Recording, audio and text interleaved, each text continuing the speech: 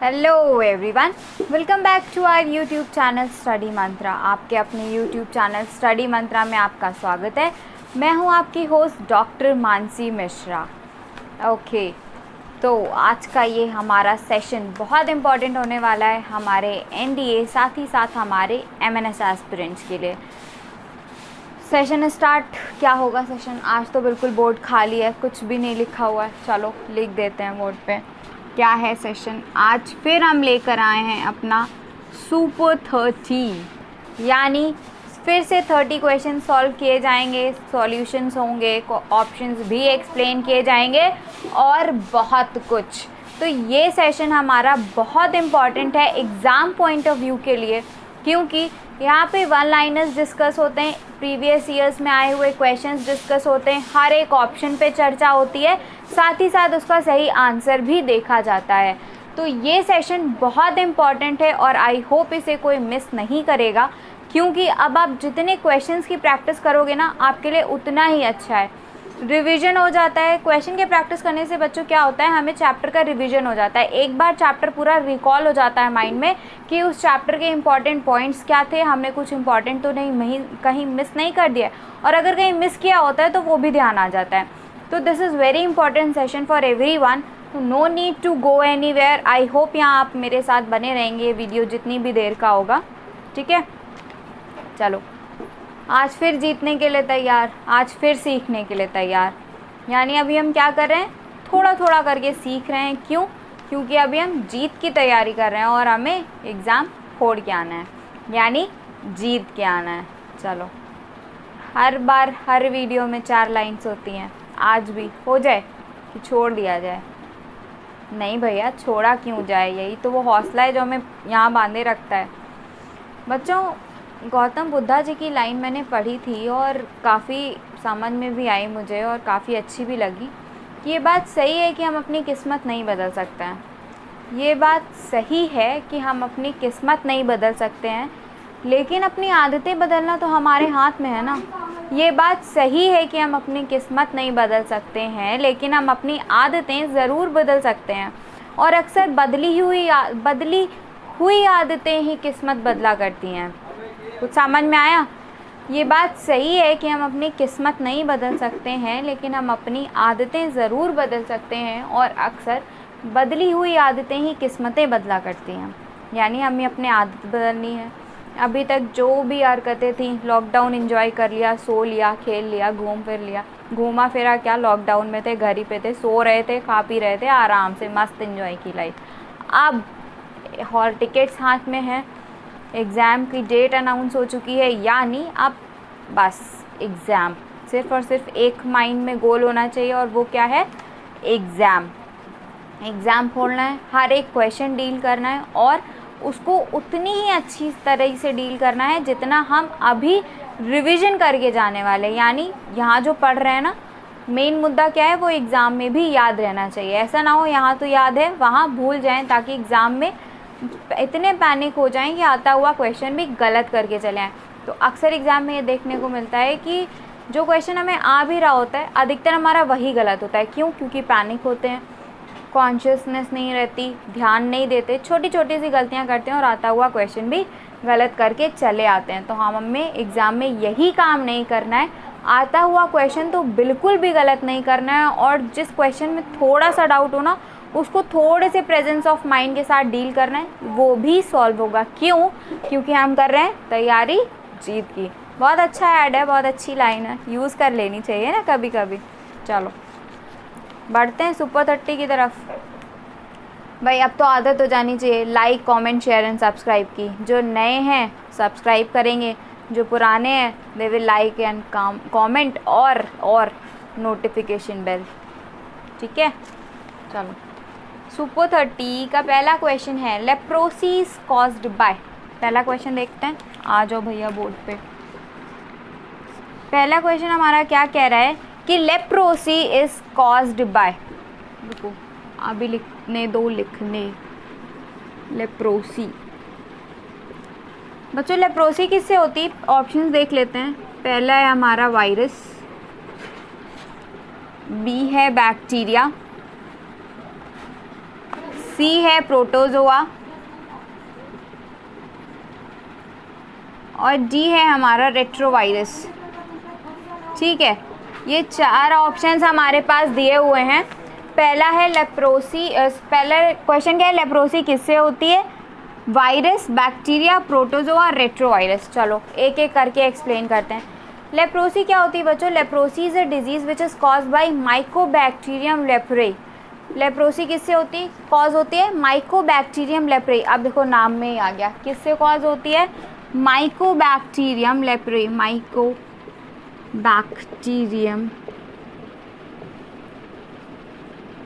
Leprae bacteria से cause होती है। बैक्टीरियम आ रहा है ना नाम, तो किससे होती? बैक्टीरिया से कॉज होती है। यानी leprosy is caused bye Mycobacterium leprae bacteria which is bacteria. Solve हो गया पहला। ऑप्शंस भी डिस्कस कर लेते हैं बच्चों। वायरल डिजीज़ नहीं है ये बैक्टीरिया से क्रॉस हो रही है। प्रोटोजोआ, बहुत कॉमन डिजीज़ जो प्रोटोजोआ फैलाते हैं, कॉज करते हैं, दैट इज़ मलेरिया। मलेरिया किससे होती है? हमें प्रोटोजोआ की वजह से। वायरल डिजीज़ बहुत सारी, चलो नाम लिख लेते हैं। HIV है आपकी, हेपेटाइटिस है, मम्स है, ये सारी क्या है आपकी? Viral disease. ये क्या हुई? Leprosy, bacterial disease. Protozoal disease का एक एग्जांपल मलेरिया। और बच्चों रेट्रोवायरस क्या होते हैं? रेट्रोवायरस, HIV एक तरीके का रेट्रोवायरस है। ठीक है, ये ह्यूमंस में फंक्शन करते हैं। इनमें DNA नहीं होता, लेकिन ये बाद में DNA बना लेते हैं। तो this is a retrovirus. HIV example एक रेट्रोवायरस का। प्रोटोजोअल डिजीज़, मलेरिया प्रोटोजोआ से कॉज होती है। लेप्रोसी क्या थी? Bacterial disease. किससे कॉज होती थी? माइकोबैक्टीरियम लेप्रे से। वायरल डिजीज़ क्या क्या थी एग्जाम्पल्स? HIV यानी एड्स थी। HIV तो वायरस का नाम है, एड्स हो गई। हेपेटाइटिस, मम्स, ये सारी क्या है हमारी? Viral diseases. पहला क्वेश्चन सॉल्व हो गया। दूसरे पे आते हैं। दूसरा क्वेश्चन क्या होता है? 2 स्टेटमेंट दिए गए हैं, listen to the statements very carefully. कि amoeba is a unicellular organism and a single cell performs all functions in a living organism। यानी अमीबा की बात की गई है कुछ, और कहा गया है कि amoeba is a unicellular organism. Amoeba की बात की गई है और इसको यूनिसेलुलर कहा गया है। दूसरा स्टेटमेंट क्या है? Cell is the fundamental unit of living organism. दूसरा क्या है हमारा? सेल, और इसको फंडामेंटल यूनिट कहा गया। चलो आगे देख लेते हैं। अमीबा क्या है? Amoeba is a unicellular organism. बिल्कुल सही है। अमीबा में सिर्फ एक ही सेल होती है। कुछ ऐसा होता है आपका अमीबा, चेंज करता रहता है ये आपका। ये इसमें न्यूक्लियस होता है, ये साइटोप्लाज्म भरा होता है अमीबा। ठीक है बच्चों, ये इसका साइटोप्लाज्म है, ये अमीबा। और ये जो इसके स्ट्रक्चर है, they are known as pseudopodia. ठीक है, कूटपात जिसे हिंदी में कहते हैं। दे आर फॉल्स फीट, इसको फॉल्स फीट भी कहते हैं। बहुत ज़्यादा कॉमनली पूछा जाने वाला क्वेश्चन है कि false feet are known also known as pseudopodia and they are present in amoeba. Amoeba में प्रेजेंट होते हैं। They help amoeba to catch food, ये अमीबा को फूड को कैच करने में हेल्प करते हैं। And amoeba is a unicellular organism. पहला स्टेटमेंट सही है। दूसरा स्टेटमेंट हमारा क्या कह रहा था? Cell is the fundamental unit. बिल्कुल सही है। Cell is the fundamental as well as structural unit. Fundamental, functional, structural, सारी यूनिट है हमारी सेल। एक सेल में फंक्शनल यूनिट भी है, क्योंकि एक सिंगल सेल, देखो अमीबा यूनिसेलुलर था ना, यहाँ पे फूड भी कैच कर रहा था, रेस्पिरेशन भी हो रहा है, हर एक काम एक ही सेल में हो रहा है। तो ये हमारी फंक्शनल यूनिट भी है, स्ट्रक्चरल यूनिट भी है। क्यों? क्योंकि सेल्स के मिलने पर, बहुत सारी सेल्स जो एक जैसा काम करती हैं, दे फॉर्म टिश्यू। टिश्यू के मिलने से हमारे ऑर्गन बनते हैं, ऑर्गन के मिलने पर ऑर्गन सिस्टम बनते हैं, और ऑर्गन सिस्टम के मिलने से बॉडी बनती है। तो cells are known as cell is known as fundamental, functional and structural unit of our body। Cell और अमीबा क्या था? Unicellular organism. अमीबा में क्या पाए जाते थे? Pseudopodia. Pseudopodia also known as false feet, they help amoeba to catch food. ठीक है, स्क्रीनशॉट। 2 क्वेश्चन सॉल्व हुए हैं अभी हमारे। आ जाओ, 2 क्वेश्चन हो गए, तीसरे पे बढ़ते हैं। तीसरा क्वेश्चन देखते हैं हमारा क्या कहता है। Growth and repair of damaged tissue involves, यानी डैमेज टिश्यू की बात हो रही है और ये किसकी वजह से होता है, रिपेयर, ग्रोथ और रिपेयरेशन बॉडी में किसकी वजह से होता है, चलो देखते हैं। Growth and repair of damaged tissue.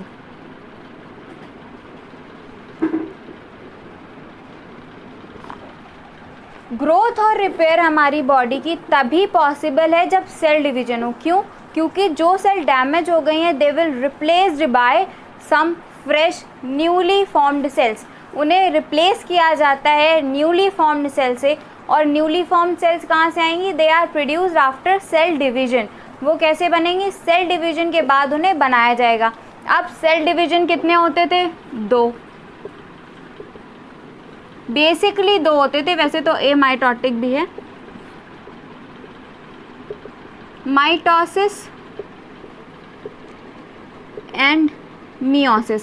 Cell division कितने हुए? 2, माइटोसिस एंड मियोसिस। बच्चों माइटोसिस में क्या होता है, इसमें क्रोमोसोम का नंबर इक्वल बना रहता है। लाइक अगर एक सेल में 2n क्रोमोसोम है तो जो 2 पेयर डॉटर सेल्स हमारी बन रही हैं उसमें भी 2n और 2n ही क्रोमोसोम्स रहेंगे।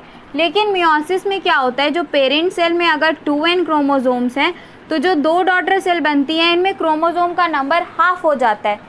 ठीक है, माइटोसिस में क्या रहता है, पेरेंट सेल में अगर 2n क्रोमोसोम है तो इन दोनों में भी जो डॉटर सेल्स फॉर्म होती हैं इसमें भी 2n इसमें भी 2n रहता है। और लेकिन मियोसिस में क्या है, अगर पेरेंट सेल में 2n क्रोमोसोम है तो मियोसिस में क्या होगा, n और n, यानी क्रोमोसोम नंबर हाफ हो जाएगा। अब माइटोसिस कहाँ होती है?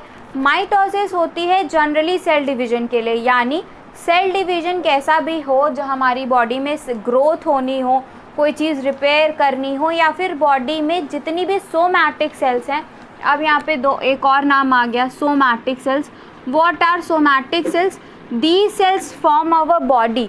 सोमैटिक, कहीं पे भी सोमैटिक टर्म दिया हो ना तो understood that this term is representing body, ये बॉडी को रिप्रेजेंट कर रहा है। Somatic cells are present, they are forming our body, ये हमारी बॉडी के स्ट्रक्चर को फॉर्म करती हैं और ये all over the body present होती हैं।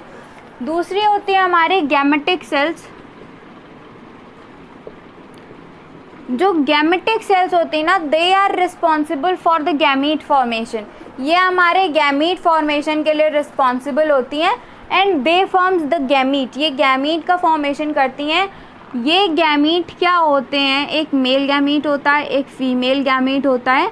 फर्दर रिप्रोडक्शन की प्रोसेस में they fuse and they form embryo, यानी gametic cells are responsible for reproduction और somatic cells are present all over the body. तो जब कभी भी हमारी बॉडी के ग्रोथ की बात आएगी, डेवलपमेंट की बात आएगी, we need somatic cells and somatic cells are present all over the body and somatic cells are formed by the process of mitosis. Somatic cell किससे प्रोड्यूस होंगी? By the process of mitosis, यानी equal division से। Parent cell में कितना chromosome था? 2n। Daughter cell जो 2 form हुई, एक सेल से 2 सेल फॉर्म हुई डॉटर सेल, और इसमें भी कितना क्रोमोसोम नंबर है? 2n और 2n। जबकि मियोसिस में क्या हो रहा था, अगर पेरेंट सेल में 2n क्रोमोसोम है तो जो आपकी डॉटर सेल तैयार हो रही थी इनमें n और n क्रोमोसोम नंबर यानी रिड्यूस होके हाफ हो जा रहा था। ये रिड्यूस होके हाफ हो जाने का क्या फ़ायदा होता है बच्चों? मियोसिस कहाँ यूज़ होती है? आपके गैमीट फॉर्मेशन में मियोसिस का यूज़ होता है, गैमीट फॉर्मेशन में। जब ये नंबर देखो आधा हो जाएगा ना तो एक बन गया मेल गैमीट, एक बन गया हमारा फीमेल गैमीट, फिर रिप्रोडक्शन में, फर्टिलाइजेशन में ये दोनों फ्यूज़ हुए और फिर से जो क्रोमोसोम नंबर हाफ हुआ था वो फिर से 2n आ गया, यानी फिर से पेरेंट सेल के बराबर आ गया। तो इन दोनों को बाद में फ्यूज़ होना ही होता है और 2n बनाना ही होता है, इसलिए यहाँ पे नंबर, क्रोमोसोम नंबर का हाफ हो जाना ज़रूरी होता है। ठीक है, अब ऑप्शन देख लेते हैं। Growth and repair of damage tissue involve mitotic cell division, both mitotic and meiotic cell division, meiotic cell division only, amitotic cell division. तो क्या था, किससे हो रही थी हमारी? माइटोसिस से। क्यों? क्योंकि ग्रोथ के लिए क्या चाहिए, ग्रोथ और डैमेज रिपेयरेशन के लिए क्या चाहिए हमें? सोमैटिक सेल्स चाहिए, और सोमैटिक सेल्स किससे बन रही हैं आपकी? माइटोटिक डिवीजन से। ठीक है, तो mitotic division is only sufficient for reparation and growth. चलो 4th क्वेश्चन पे आते हैं। After diagnosis of disease in a person the doctor advises the patient iron and folic acid tablet. क्या डॉक्टर ने एडवाइस किया? आयरन और folic acid की tablets. ठीक है। The person is suffering from osteoporosis. चलो ऑप्शन देखो यहाँ पे, ऑस्टियोपोरोसिस। दूसरा ऑप्शन है अनीमिया। तीसरा ऑप्शन है गॉइटर। चौथा ऑप्शन है आपका protein energy malnutrition. Protein energy माल न्यूट्रिशन। चलो डॉक्टर ने एडवाइस किया है iron and folic acid. What doctor has advise? He has advised iron and folic acid. अब आयरन एंड फॉलिक एसिड हमारे किस चीज़ में रिक्वायरमेंट होते हैं? हमारी बॉडी में आरबीसीज होती हैं, ब्लड सेल्स होती हैं, they are known as red blood cells. और रेड ब्लड सेल्स क्या कंटेन करती हैं? Haemoglobin. Haemoglobin is a red pigment which is responsible for the oxygen transportation. Haemoglobin क्या करता है? ऑक्सीजन का ट्रांसपोर्टेशन करता है, which is responsible for oxygen transportation. And haemoglobin is present inside our RBCs. Haemoglobin किस में प्रेजेंट होता है? आरबीसीज में प्रेजेंट होता है, ऑक्सीजन का ट्रांसपोर्टेशन करता है। अब हीमोग्लोबिन तो प्रेजेंट है हमारा आरबीसीज में, लेकिन आरबीसीज का जो सही फॉर्मेशन है, हीमोग्लोबिन बच्चों आयरन की इसके लिए ज़रूरत है, और इनके मैच्योरेशन के लिए, आरबीसीज के मैच्योरेशन के लिए वी नीड फॉलिक एसिड। यानी आरबीसीज में जो हीमोग्लोबिन था that is iron containing compound, वो हीमोग्लोबिन आयरन कंटेनिंग कंपाउंड था। और आरबीसीज के प्रॉपर मैच्योरेशन के लिए वी नीड फॉलिक एसिड। तो अगर आपकी बॉडी में आयरन और फॉलिक एसिड की कमी है तो क्या होगा? आरबीसीज का प्रॉपर डेवलपमेंट नहीं हो पाएगा, और आरबीसी का प्रॉपर डेवलपमेंट ना होना, this condition is known as anaemia. ये कंडीशन क्या कहलाती है? हमारी अनीमिया। तो यानी if doctor has advised you iron और फॉलिक एसिड तो you are suffering from anaemia. तो किससे हम सफ़र कर रहे हैं? अनीमिया से। अब ऑस्टियोपोरोसिस क्या होती है? Osteoporosis is a disease in which bones are affected. हमारी बोन्स अफेक्ट होती हैं, दे आर पोरस। बोन्स क्या होती हैं? पोरस होने लगती हैं, यानी छेद छेद से होने लगते हैं। फॉस्फेट और कैल्शियम की आपके डिसबैलेंस की वजह से ये डिजीज़ होती है, basically related with phosphate disbalance in body. और बोन्स क्या होती हैं? दे आर डैमेज्ड, तो हमें बोन्स की दिक्कत होती है। This is not related with iron और फॉलिक एसिड। गॉइटर आते हैं। Goitre is a deficiency disease which is caused by deficiency of thyroxine hormone. जब बॉडी में थायरॉक्सिन हार्मोन की डेफिशिएंसी होती है तब हमें गॉइटर हो जाता है, और इसीलिए कहते हैं कि हमें आयोडीन लेना चाहिए। आयोडीन की हेल्प से थायरॉक्सिन हार्मोन बनता है, सिक्रीट होता है, और हमें गॉइटर नहीं हो पाता है। जो आपका 4th ऑप्शन था that is protein energy malnutrition. Protein energy malnutrition की 2 डिजीज़ थी बच्चों, kwashiorkor and marasmus. They are protein deficiency disease. वो प्रोटीन डेफिशिएंसी डिजीज़ थी। क्वाशरकोर एंड मेरास्मस बच्चों में होती हैं, they are usually seen in children. ठीक है, चलो 2 क्वेश्चन और हो गए। We have solve 4 question till now. Take a screenshot.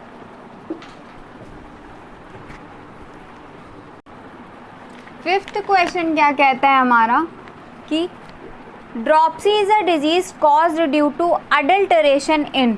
Dropsy disease किसकी वजह से कॉज होती है? ठीक है, ऑप्शन देखते हैं। घी, बी ऑप्शन है अरहर दाल,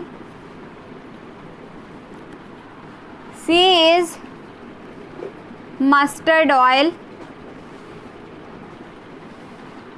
डी इज़ टर्मरिक पाउडर। ठीक है, यानी ड्रॉप्सी डिजीज़ पूछी गई है कि किस फूड मटेरियल में अडल्टरेशन की वजह से कॉज होती है। तो व्हाट इज़ ड्रॉप्सीज के कैरेक्टरिस्टिक्स क्या हैं? Dropsy is a disease in which fluid is accumulated inside the body. Dropsy क्या है? ड्रॉप्सी एक ऐसी डिजीज़ है जिसमें फ्लूइड इकट्ठा हो जाता है हमारी बॉडी के अंदर ही। ठीक है, अब ये किसकी वजह से, किस फूड मटेरियल में अडल्टरेशन की वजह से कॉज होती है? तो dropsy is cause due to adulteration in mustard oil. Mustard oil में जब अडल्ट्रेशन किया जाता है यानी इसमें मिलावट की जाती है तो आपकी ड्रॉप्सी डिजीज़ कॉज्ड होती है। ठीक है, टर्मरिक बच्चों, टर्मरिक का यहाँ पे एग्जाम ऑप्शन दिया हुआ है, तो turmeric is a very good anti cancerous, ये आपका एंटी कैंसरस सब्सटेंस है, काफ़ी अच्छा है। इसमें एंटीऑक्सीडेंट फ्लैवेनॉइड होता है, एंटीऑक्सीडेंट फ्लैवेनॉइड होने की वजह से this is a very good anti cancerous substance, ये एंटी कैंसरस सब्सटेंस है और आपको आपकी फूड में टर्मरिक का इंटेक ज़रूर करना चाहिए। और ये साथ एंटीऑक्सीडेंट होती है, जाहिर सी बात है, हल्दी वाला दूध पीते चले आए हैं बचपन से, जहाँ चोट लगी हल्दी वाला दूध, तो this is a very good substance.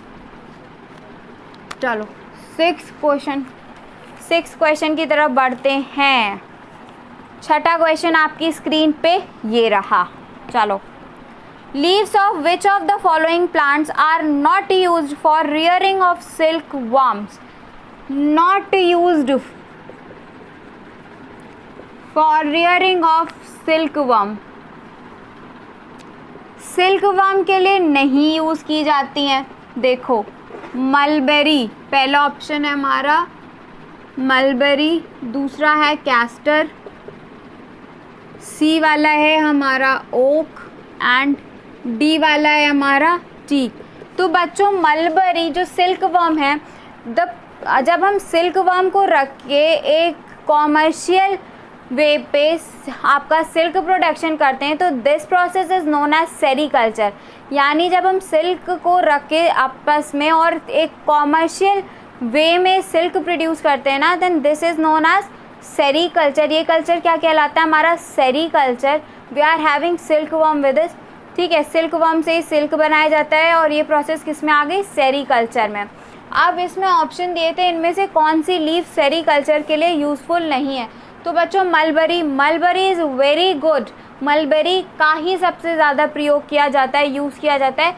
और मलबेरी सिल्क के नाम से ही सिल्क की एक वैरायटी भी अवेलेबल है, मलबेरी सिल्क के नाम से ही एक वैरायटी सिल्क की अवेलेबल है and this is a very good variety of silk, ये सिल्क की एक बहुत अच्छी वैरायटी है। ठीक है, ओक वैरायटी भी है आपकी सिल्क में, ये भी यूज़ होता है, कैस्टर भी यूज़ होता है। So which is the right answer, teak. Teak leaves are not use for sericulture, teak की लीव्स को यूज़ नहीं किया जाता है सेरीकल्चर के लिए। चलो 6 क्वेश्चंस हो गए, 7th की तरफ बढ़ते हैं। 7वां क्वेश्चन आपकी स्क्रीन पर ये रहा, क्या है, which one among the following groups is most abundant in terms of number of species identified, most abundant in terms of species,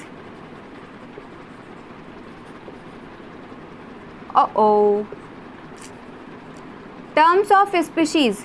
ठीक है, यानी इनमें से कौन सा ग्रुप में सबसे ज़्यादा नंबर ऑफ स्पीशीज पाई जाती हैं, लिख लो, fungi, green plants,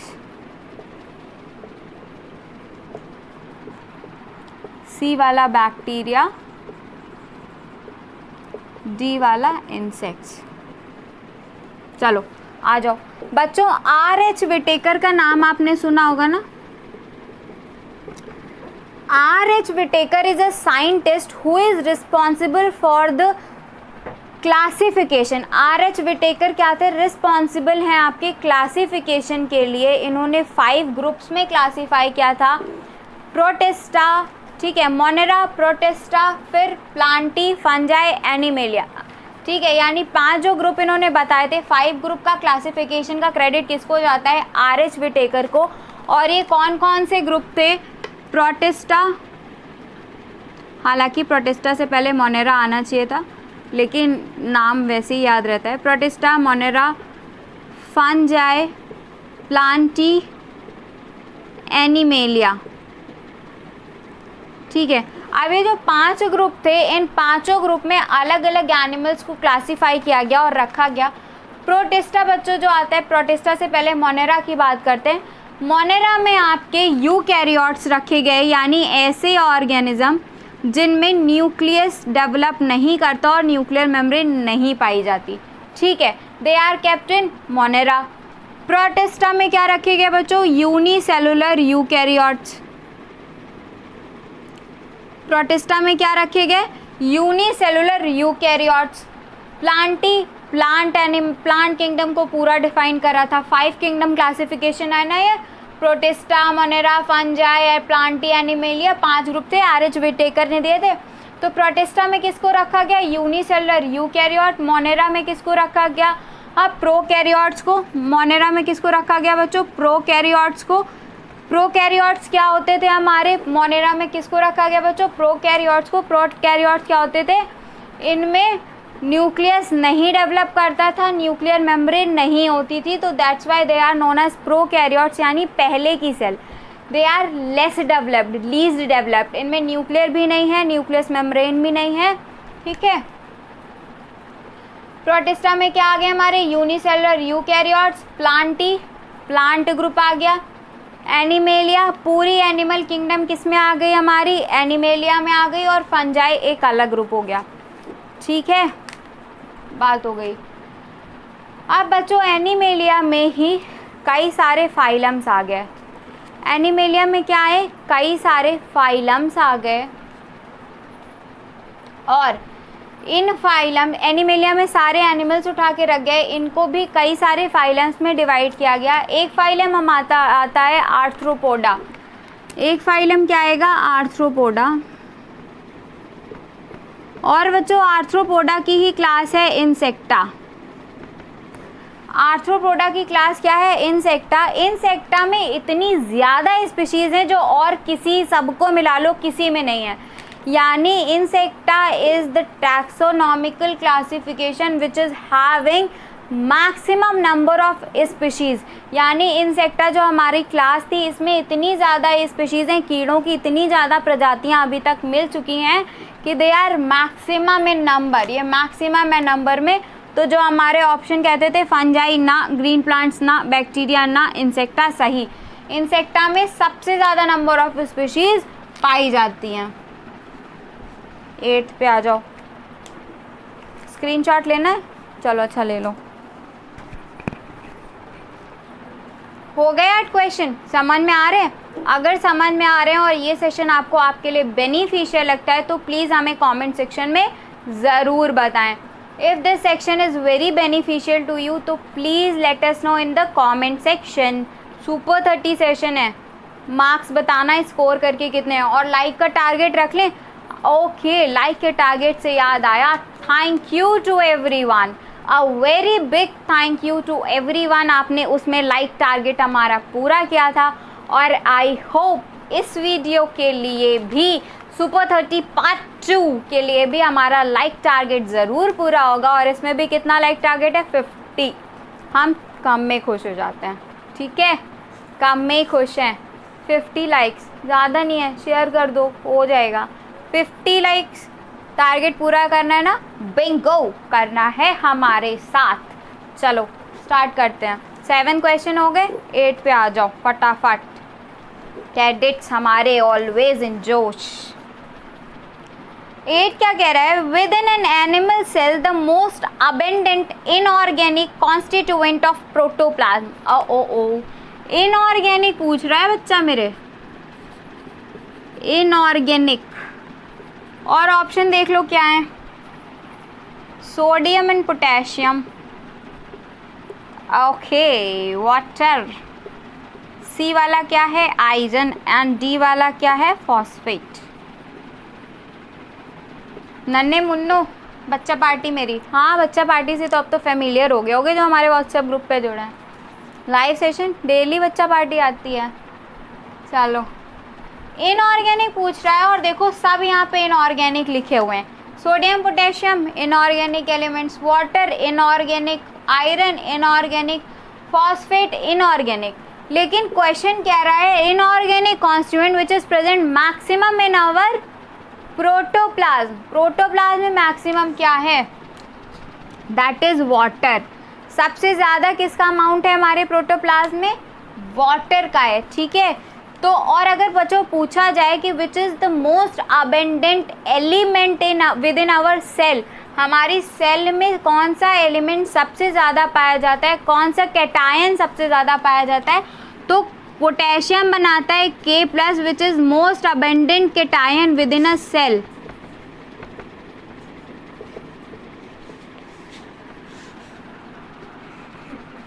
Eighth question we have completed, eighth one. Now we are moving towards ninth. In honey, which one among the following sugars predominates? Honey में कौन सी शुगर प्रीडोमिनेट करती है? एग्जाम्पल देख लेते हैं।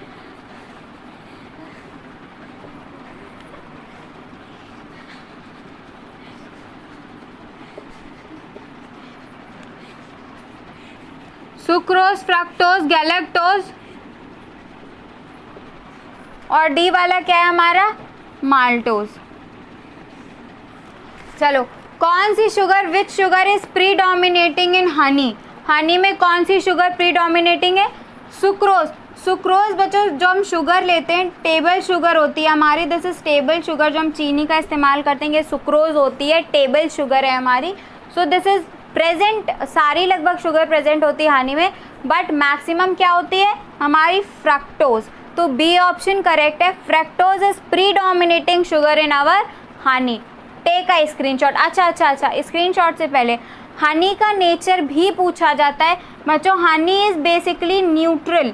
हनी का पीएच क्या होता है? बेसिकली न्यूट्रल होता है, लेकिन जब हनी को बहुत ज़्यादा दिनों तक के लिए स्टोर कर दिया जाता है तो ये स्लाइटली एसिडिक हो जाती है, यानी कुछ 7 से कम पीएच आ जाता है, 7 से कम 6.8, 6.9, लेकिन कभी भी बहुत ज़्यादा एसिडिक नहीं होती। और जनरली हनी इज़ न्यूट्रल। ठीक है, नाउ टेक अ स्क्रीनशॉट। हो गए 9 क्वेश्चन? कितना रहा स्कोर? 9 में से कितने स्कोर किए? फटाफट से comment section is there for you my cadets.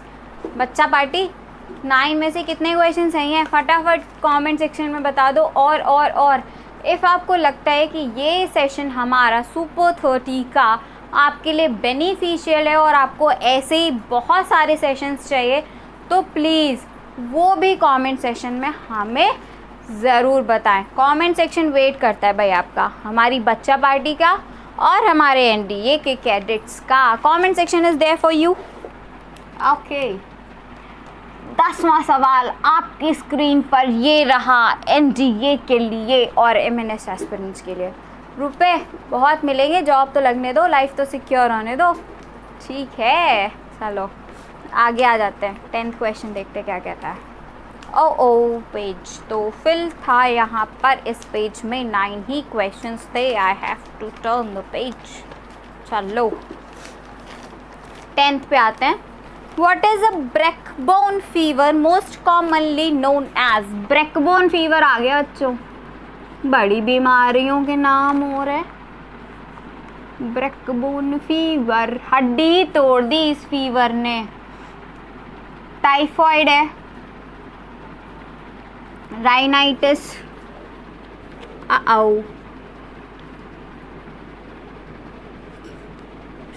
C option क्या है हमारा? Yellow fever. डी है डेंगू। ओ चलो बच्चों, ब्रेकबोन फीवर हम क्यों कहते हैं? क्योंकि इसमें बोन्स में इतना दर्द होता है कि लगता है वो टूट जाएंगे। ठीक है, इसीलिए इसको हम ब्रेकबोन फीवर कहते हैं। You are having so much pain, इतना पेन होगा कि लगेगा अब टूटेगी तब टूटी, भैया हड्डी तोड़, बहुत दर्द, किसी को ना हो। चलो कॉमनली ये क्या बोलते हैं, इसका दूसरा नाम क्या है बच्चों? That is dengue. Dengue fever is commonly known as breakbone fever. Dengue fever को हम कॉमनली क्या कहते हैं? ब्रेकबोन फीवर। अब डेंगू की बात आ गई है तो एडीज, डेंगू का वेक्टर कौन है? एडीज। ठीक है, डेंगू का वेक्टर कौन है? Aedes mosquito. याद रहेगा, डेंगू का वेक्टर कौन? Aedes mosquito. टाइफॉइड, टाइफॉइड भी एक बच्चों फीवर है, एक तरह का फीवर ही आता है, इसमें डिजीज़ ही है, लेकिन किसकी वजह से होता है? That is a bacterial disease, और साल्मोनेला टाइफी की वजह से हमें टाइफॉइड होता है। Salmonella typhi is the causative agent of typhoid fever, और इसके लिए जो टेस्ट है, टाइफॉइड में जो टेस्ट किया जाता है दैट इज़ विडाल।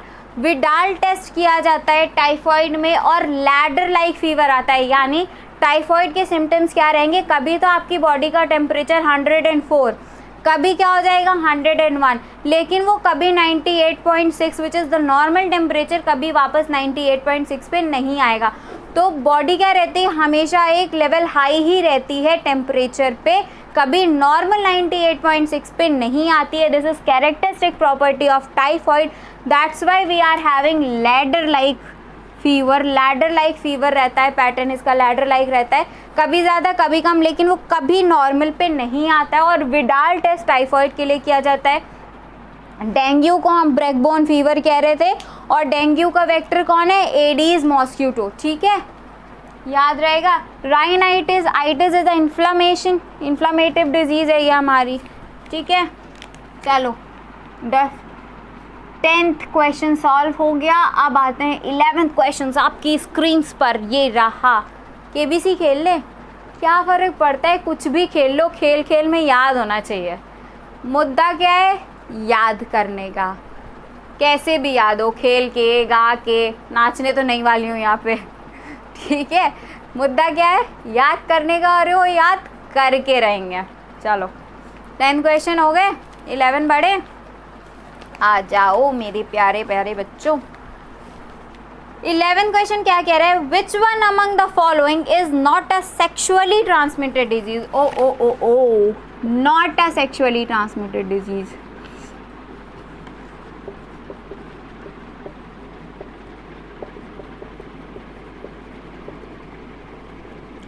इनमें से कौन सी सेक्सुअली ट्रांसमिटेड डिजीज नहीं है? पहली है syphilis,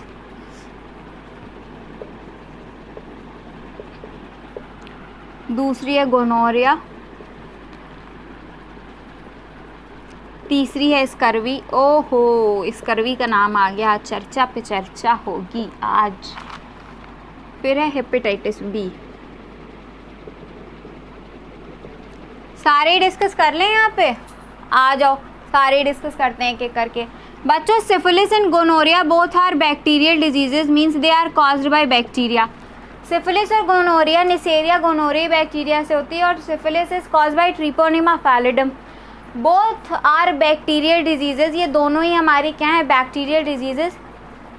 they are the diseases of genital organs. ये किसकी, दोनों कैसी डिजीज़ हैं, जेनाइटल ऑर्गन्स की डिजीज़ हैं। जेनाइटल ऑर्गन्स हमारे इसमें बहुत ज़्यादा इफेक्टेड होते हैं, ठीक है। अगर कोई चीज़ हमारे जेनाइटल ऑर्गन को इफेक्ट कर रही है, यानी बैक्टीरिया इज रिसाइडिंग देयर, कहाँ पर रिसाइड कर रहा है बैक्टीरिया, कहाँ रह रहा है, हमारे जेनाइटल ऑर्गन्स में, तो ये सेक्सुअली ट्रांसमिटेड होती है। यानी during a sexual intercourse it is very commonly passed from one partner to another. बहुत आसानी से एक पार्टनर से दूसरे पार्टनर में ये ट्रांसफ़र हो जाती हैं। Both the diseases syphilis and gonorrhoea, they are bacterial diseases. Syphilis is caused by Treponema pallidum and gonorrhea is caused by Neisseria gonorrhoeae bacteria.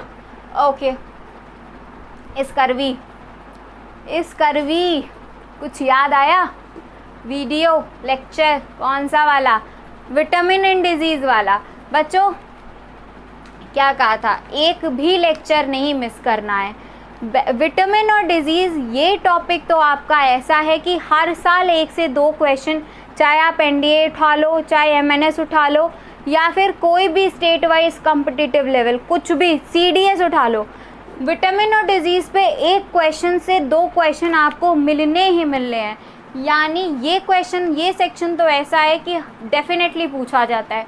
आ गया ना स्कर्वी, और आंसर भी हमारा स्कर्वी ही होने वाला है। क्यों? क्योंकि scurvy is deficiency disease of vitamin C. ये विटामिन सी की कमी से होने वाली बीमारी है। इसमें क्या होता है, ब्लीडिंग गम्स होते हैं which is not sexually transmitted. ये क्या है, हमारी विटामिन सी, स्कर्वी क्या है, विटामिन सी की डेफिशिएंसी से होने वाली डिजीज़ है, और इसमें ब्लीडिंग गम्स होते हैं, गम से ब्लीडिंग होती है। ये सेक्सुअली ट्रांसमिटेड डिजीज़ हमारी नहीं है, और यही पूछा गया था which is not a sexually transmitted disease. Answer क्या था, स्कर्वी। अब हेपेटाइटिस बी भी डिस्कस कर लो बच्चों। Hepatitis disease is a viral disease, या हमारी वायरस से होती है। और किससे होती है? हेपेटाइटिस बी वायरस से ही। हेपेटाइटिस एक वायरल डिजीज़ है, हेपेटाइटिस बी वायरस से होती है। इसमें क्या होता है, हमारा liver is the most affected organ. सबसे ज़्यादा कौन सा ऑर्गन अफेक्टेड होता है? That is liver. लिवर होता है, जॉइंटिस डेवलप कर जाती है, लिवर में जितने भी फंक्शन हैं वो आपके काम नहीं करते हैं, लिवर सबसे ज़्यादा डैमेज होता है, लिवर सिरोसिस की कंडीशन आ जाती है, यानी अल्टीमेटली इससे डेथ भी हो सकती है। शुभ शुभ बात करते हैं, वहीं पे नहीं जाते। इतनी बड़ी बड़ी बीमारियों पे विटामिन सी की कमी से हो रही, इसकर भी इसी को रख लो और चुपचाप खट्टे फल खा लो जिससे विटामिन सी मिल जाए। और amla, amla is the best food, best source of vitamin C. आंवला क्या है? बेस्ट सोर्स है विटामिन सी का, इसकर भी नहीं होने देगा, मसूड़ों से खून कभी नहीं आएगा। ओके ओके ओके, चलो 12th कितने सही हैं अभी तक? Comment section is there for you. और अगर ऐसे ही सेशन चाहिए, अच्छा बच्चों ये जितनी भी चीज़ें हैं ये आपके विटामिन डिजीज़ वाला अवेलेबल है। हेपेटाइटिस मीन्स ये वायरल और bacterial disease we have discussed with our बच्चा party in our live sessions. ये हमने डिस्कस किया था वायरल और बैक्टीरियल डिजीज़ अपनी बच्चा पार्टी के साथ लाइव सेशंस में। तो अगर आप भी हमारे लाइव सेशन में जुड़ना चाहें, लाइव सेशंस क्या है, थोड़ी सी जानकारी यहाँ तो बनती है। लाइव सेशंस क्या है? Study Mantra is organising live classes with the help of Google Meet app. Google Meet app की हेल्प से हम लाइव सेशंस ऑर्गेनाइज करते हैं, ठीक है। बच्चा पार्टी आती है हमारी वहाँ पे, एमएनएस एस्पिरेंट्स मोस्टली वहाँ पे हैं और काफ़ी अच्छा रिस्पॉन्स है वहाँ का। तो अगर आप हमारे साथ हमारी लाइव सेशंस में जुड़ना चाहें, यू आर मोस्ट वेलकम। आप हमारे व्हाट्सएप ग्रुप को ज्वाइन करें, वहाँ पे डेली लिंक आते हैं, लाइव सेशंस होते हैं। व्हाट्सएप नंबर आपको that I will provide you in description box. Description box में व्हाट्सएप लिंक आपको वहाँ पे मिल जाएगा, WhatsApp number, as well as I will pin कर दूँगी पहला कमेंट, ठीक है। तो 50 लाइक्स का टारगेट है, ये भी रखना है। लाइव सेशंस में आना है, लाइव सेशंस में आ जाओ, you all are most welcome, ठीक है। तहे दिल से स्वागत है आपका स्टडी मंत्रा में, आ जाओ फटाफट आ जाओ।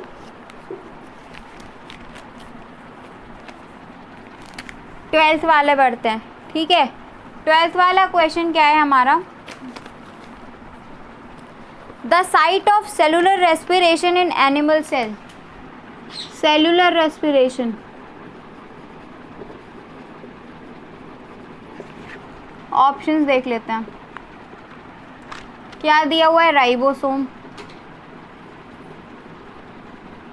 बी वाला क्या है हमारा? माइटोकॉन्ड्रिया। सी क्या है हमारा? Endoplasmic reticulum. और डी क्या है? लाइसोसोम्स। चलो, सेलुलर रेस्पिरेशन। बच्चों जब कहीं सेलुलर रेस्पिरेशन की बात की जाए तो इसका मतलब होता है फूड सब्सटेंस का ऑक्सीडेशन होना with the help of oxygen, ठीक है। सेलुलर रेस्पिरेशन में क्या होता है? ऑक्सीडेशन होता है फूड पार्टिकल्स का, जिससे एनर्जी प्रोड्यूस होती है। क्या होती है? एनर्जी प्रोड्यूस होती है। क्यों? क्योंकि वहाँ पे एटीपी का फॉर्मेशन होता है। एटीपी क्या है? Adenosine triphosphate. What is ATP? That is adenosine triphosphate. Energy currency भी हम इसको कहते हैं अपनी बॉडी की। एनर्जी करेंसी है एटीपी, एडिनोसिन ट्राइफॉस्फेट, हमें इससे एनर्जी मिलती है, ठीक है। और इसका फॉर्मेशन कहाँ होता है? After the oxidation of food material. Food material के ऑक्सीडेशन के बाद हमें एनर्जी मिलती है एटीपी के रूप में। एटीपी एनर्जी करेंसी है। कहाँ होगा ये ऑक्सीडेशन? देखते हैं, पहले सारे ऑप्शंस पे आते हैं। राइबोसोम में क्या होता है बच्चों? प्रोटीन का सिंथेसिस।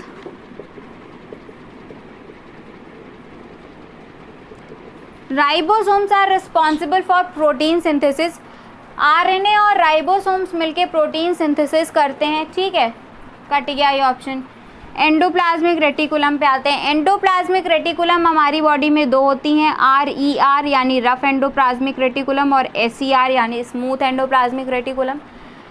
जब एंडोप्लाज्मिक रेटिकुलर की आउटर सरफेस पे राइबोसोम्स एसोसिएटेड हो तब ये क्या हो जाती है? रफ, और जब ना हो तब स्मूथ।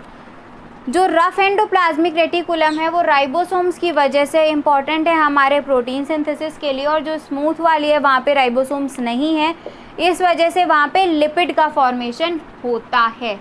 चलो लाइसोसोम्स क्या है? सुसाइडल बैग आ गया, आत्महत्या। सुसाइडल बैग्स हैं ये बच्चों हमारी बॉडी के। इनमें क्या होते हैं? लाइसोसोम्स को सुसाइडल बैग्स क्यों कहते हैं? इनमें हाइड्रोलिटिक एंजाइम्स होते हैं, यानी जब ये फटती हैं तो हाइड्रोलिटिक एंजाइम्स रिलीज होते हैं और हमारे सेल का जितना भी कंटेंट होता है वो सब हाइड्रोलाइज्ड हो जाता है, डाइजेस्ट हो जाता है और सेल की डेथ हो जाती है। That's why they are known as suicidal bags, इसलिए इन्हें सुसाइडल बैग्स कहते हैं, आत्महत्या की थैलियाँ कहते हैं। सुसाइडल बैग हो गया, प्रोटीन सिंथेसिस, लिपिड सिंथेसिस सब करा लिया, लेकिन सेलुलर रेस्पिरेशन की बात नहीं की और माइटोकॉन्ड्रिया की बात नहीं की। अब आंसर भी माइटोकॉन्ड्रिया हो गया। क्यों हो गया? बिंगो हो गया यहाँ पे। क्यों? क्योंकि सेलुलर रेस्पिरेशन माइटोकॉन्ड्रिया में हो रहा था with the help of Krebs cycle. Krebs cycle की हेल्प से एटीपी बन रही थी, यानी हमारी एटीपी कहाँ बनी? माइटोकॉन्ड्रिया में with the help of Krebs cycle. और एनर्जी करेंसी भी हमारी क्या थी? एटीपी।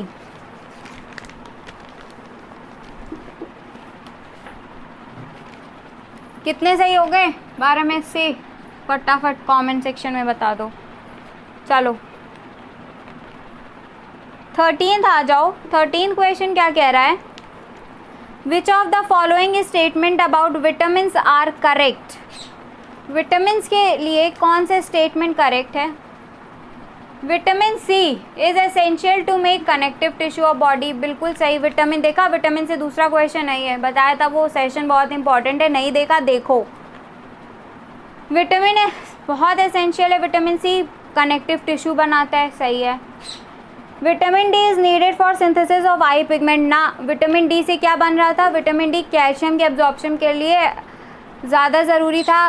कैल्शियम के एब्जॉर्प्शन विटामिन डी की कमी से नहीं हो पाता है अगर वहाँ पे डेफिशिएंसी होती है, और हमारी बोन्स डेवलप नहीं करती हैं। B12 maturation of RBC, of course मिल गया सही वाला। चलो स्क्रीनशॉट ले लो फटाफट।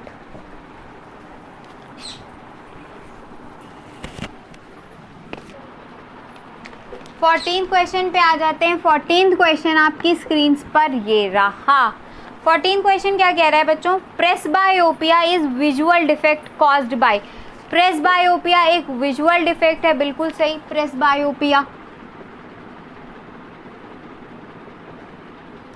प्रेसबायोपिया में क्या होता है? जब ओल्ड एज आती है तो हमारी सिलियरी मसल्स होती हैं आँखों में, जो हमारे लेंस को ठीक जगह पे बांधे रखती हैं। तो सिलियरी मसल्स डैमेज हो जाती हैं, जिससे दिखाई देने में तकलीफ़ होती है, पास की चीज़ें नहीं दिखाई देती। ठीक है, ऑप्शन देखें क्या दिए हुए हैं। इलॉन्गेशन ऑफ आई बॉल ना। बी वाला क्या है? Short and curvature of eye lens, नहीं। सी वाला है weakening of ciliary muscles, C. Charlie मिल गया हमें। चलो 15th पे आ जाओ।